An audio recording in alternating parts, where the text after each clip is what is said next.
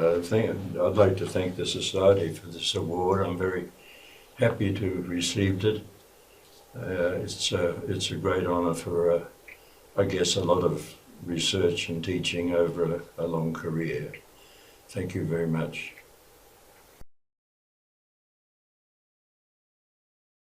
I started in my interest in social psychology while I was an honours student at New England University College, which is now the University of New England. I was influenced in particular by research on level of aspiration and the way people set goals and how they respond to success and failure. So that was the beginning of a long-term interest, I guess, in achievement motivation and in motivation theory more generally. In the course of doing my honours thesis as an undergraduate, I came across research by Kurt Lewin. I know some people call him Lewin, but I was always taught that his name was Lewin. And in particular, the notion of the life space and the foreign hull of the life space and the outside influences that impinge upon the life space. And the person is a part of the life space, is a region in it, and the environment, which is a perceived environment.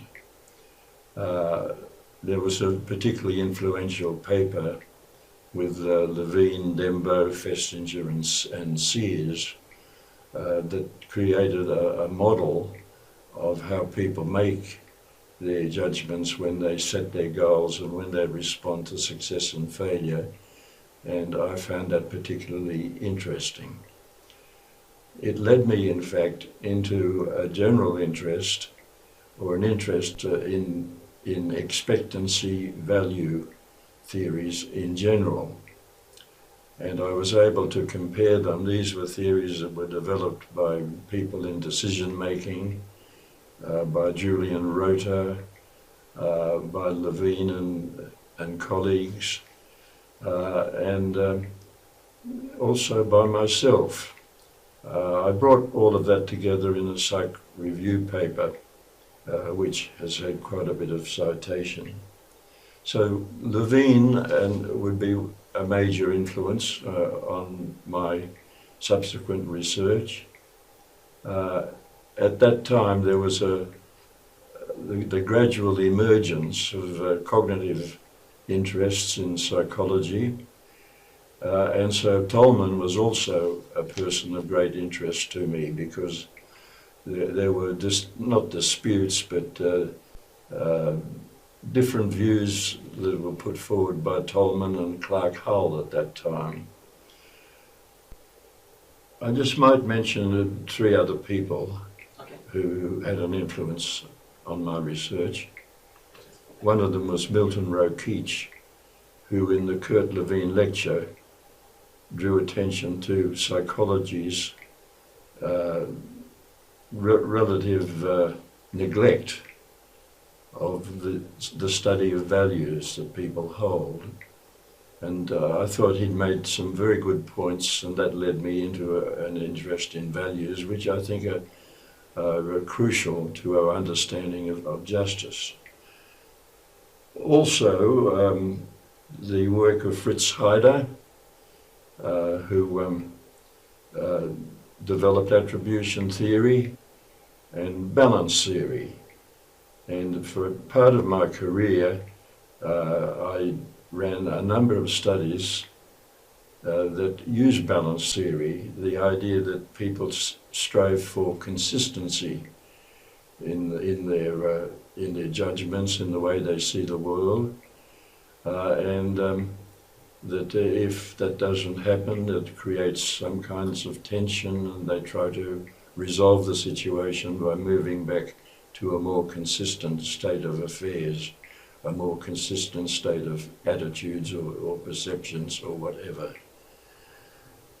And then, of course, when I went to the University of Michigan to do my doctoral degree, I was influenced by Jack Atkinson, who was a leading proponent of motivation theories at that time, and who developed what he called a theory of achievement motivation, the risk-taking model. And so I worked a lot with Atkinson and learned quite a bit from him. So they were the main background kinds of influences on the research that I've done subsequently.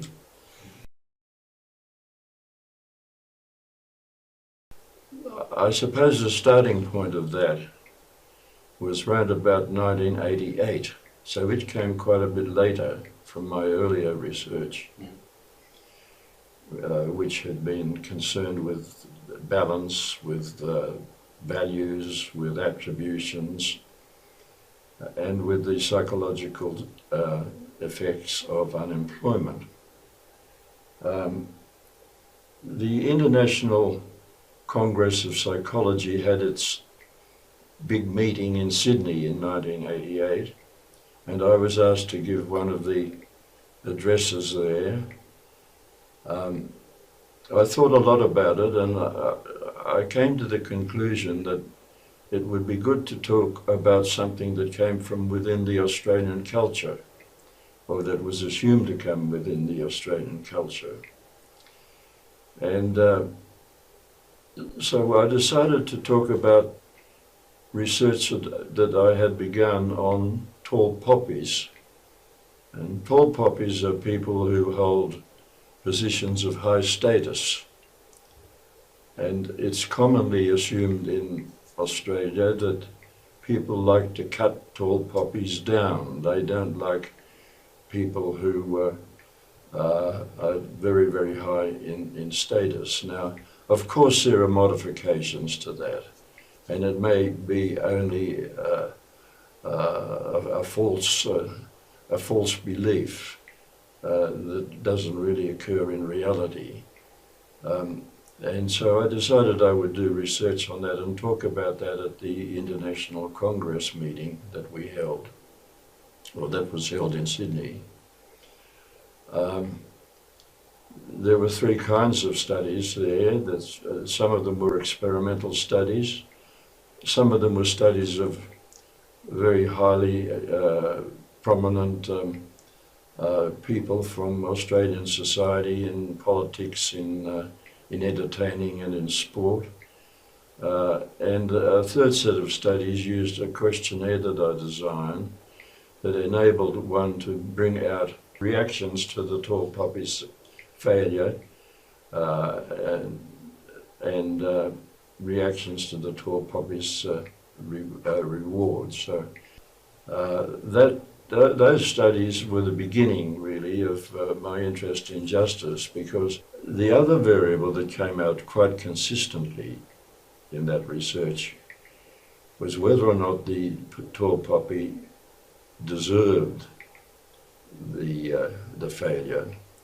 And so favouring the fall of the tall poppy, favour fall as we called it, was more likely to occur if the tall poppy was seen to deserve the fall, that they behaved in such a way that they really deserved not to succeed but to fail. Now this idea about deservingness then led into a whole lot of other studies, and in particular to a model which used balance theory. The model looked at deservingness in terms of a structure that could be completely balanced or involve some degree of imbalance in it. So a completely balanced model for deservingness would be one in which you are judging another person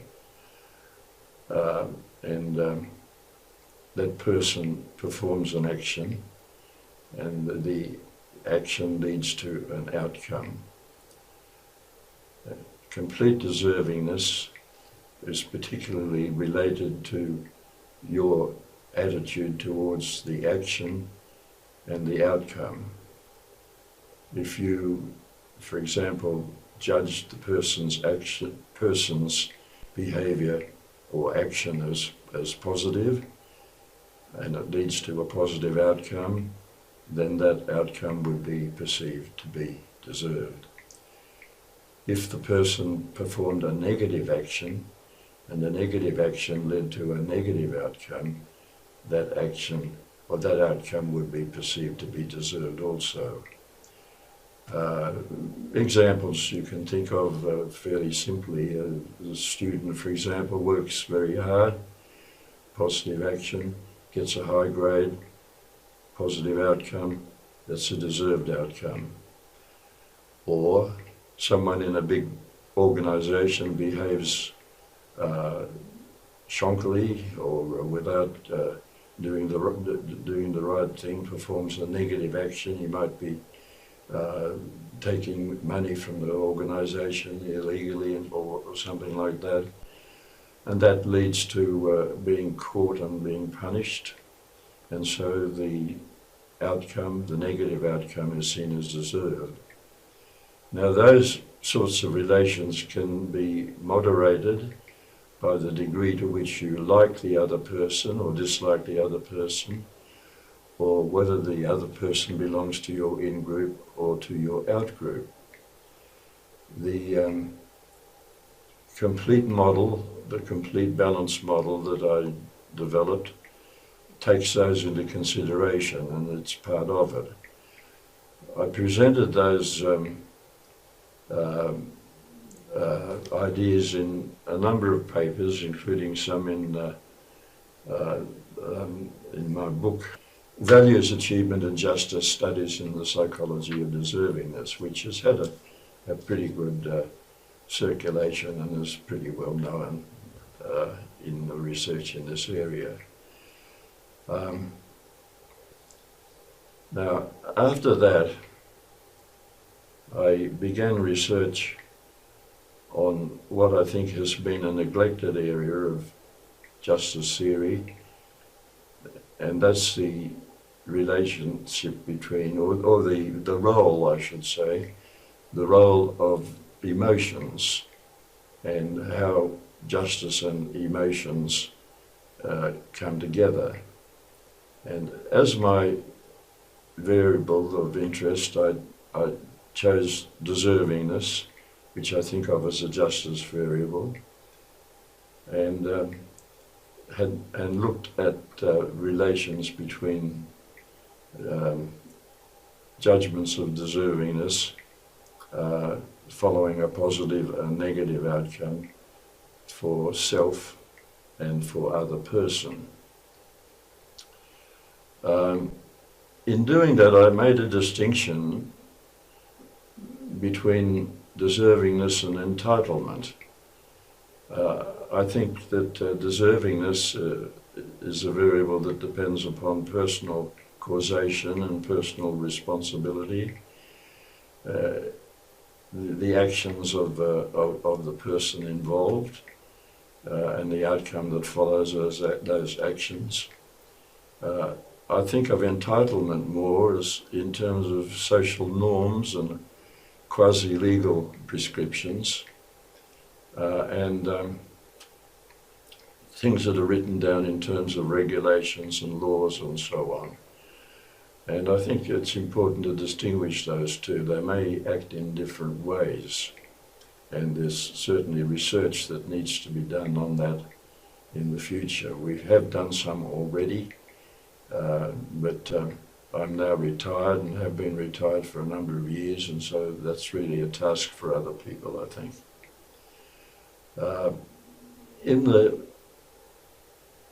model, if one can call it a model, that relates emotions to deservingness, we can, for example, look at a person's own a person's own positive achievement, a positive outcome that is deserved. And if it's a high one, the emotion would be something like pride. Now, if that applied to another person, a positive outcome that followed positive actions and is deserved, that would be thought of, well, not thought of, but the emotion experience would be something like admiration. And you can go through a number of different possibilities depending upon whether the outcome is positive or negative, whether it's deserved or undeserved, whether the emotion applies to self or to other. And that's what I was able to do, to put that all together in a set of tables, a table which classified different emotions in relation to those variables. Now that research, I think, has also been supported, particularly in some of the most recent research I did before my retirement on Schadenfreude, which is an emotion that is assumed to happen when someone feels happy about somebody else's misfortune. I was able to show in a number of studies that deserving the negative outcome was an important variable, that if the person was seen to deserve the misfortune, to deserve the negative outcome, Schadenfreude was more likely to be experienced and reported. The most recent research had to do with relative deprivation, which is a long-standing theory in social psychology that looks at the way people react to their outcomes, and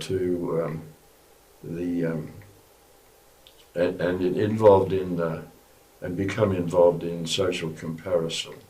So they compare their outcomes with the outcomes of other people. And if it's in an area of interest, or great interest to them, it's a positive thing for them that they would like to do well at, then they are likely to compare their own outcome with that of other people, and in particular look at whether or not their outcome is seen to be fair. And if it's not fair, they feel relatively deprived relative to other people, and they might feel upset and angry and resentful about it. Resentful seems to be an important variable in that area.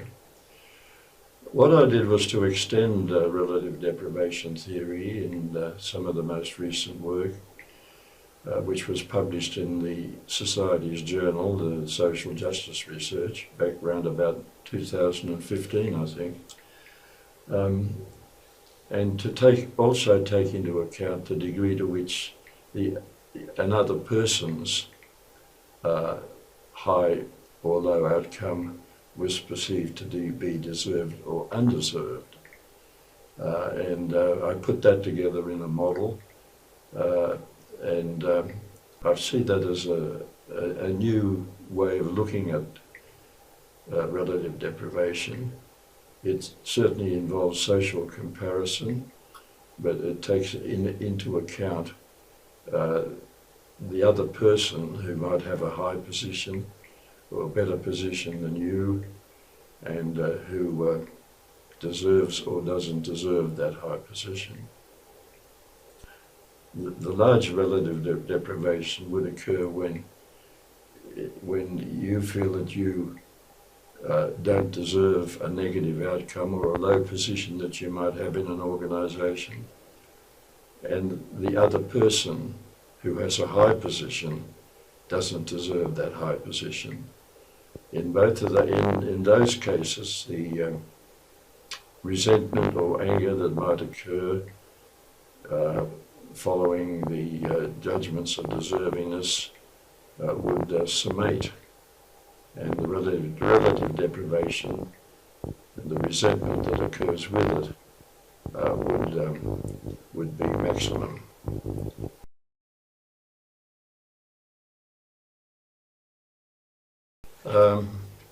What I might do here is to take an extract that occurred in the Society's newsletter under the title of Inspirations, which I wrote some years ago now.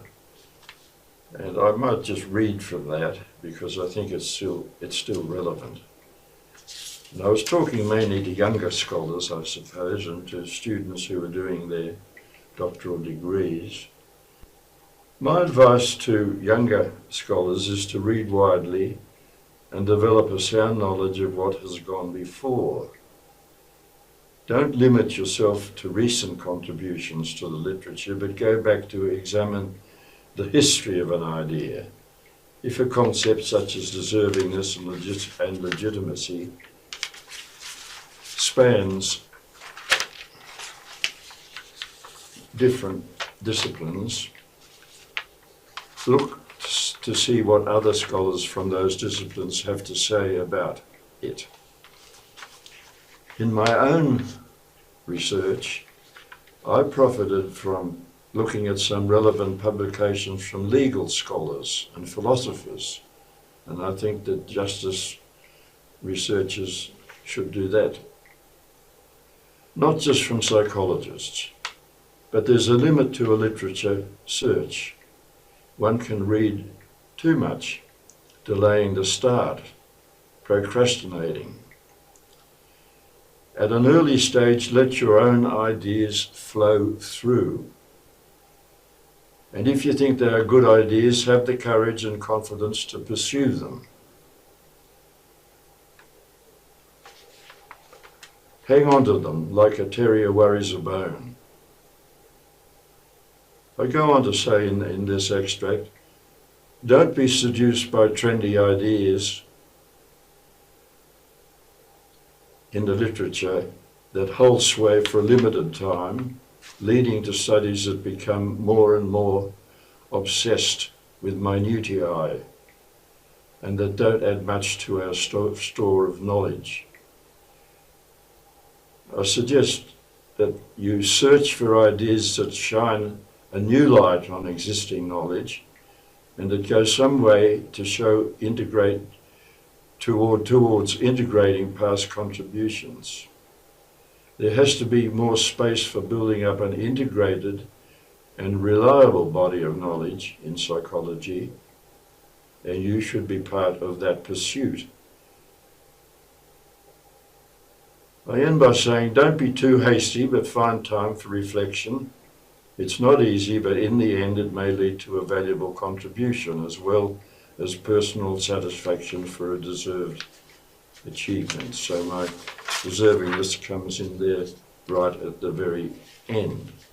I still hold to those views, and I think it's important to do research that is of interest to you and that you have a good solid basis on in terms of what you've read, what's happened in the past, and so on.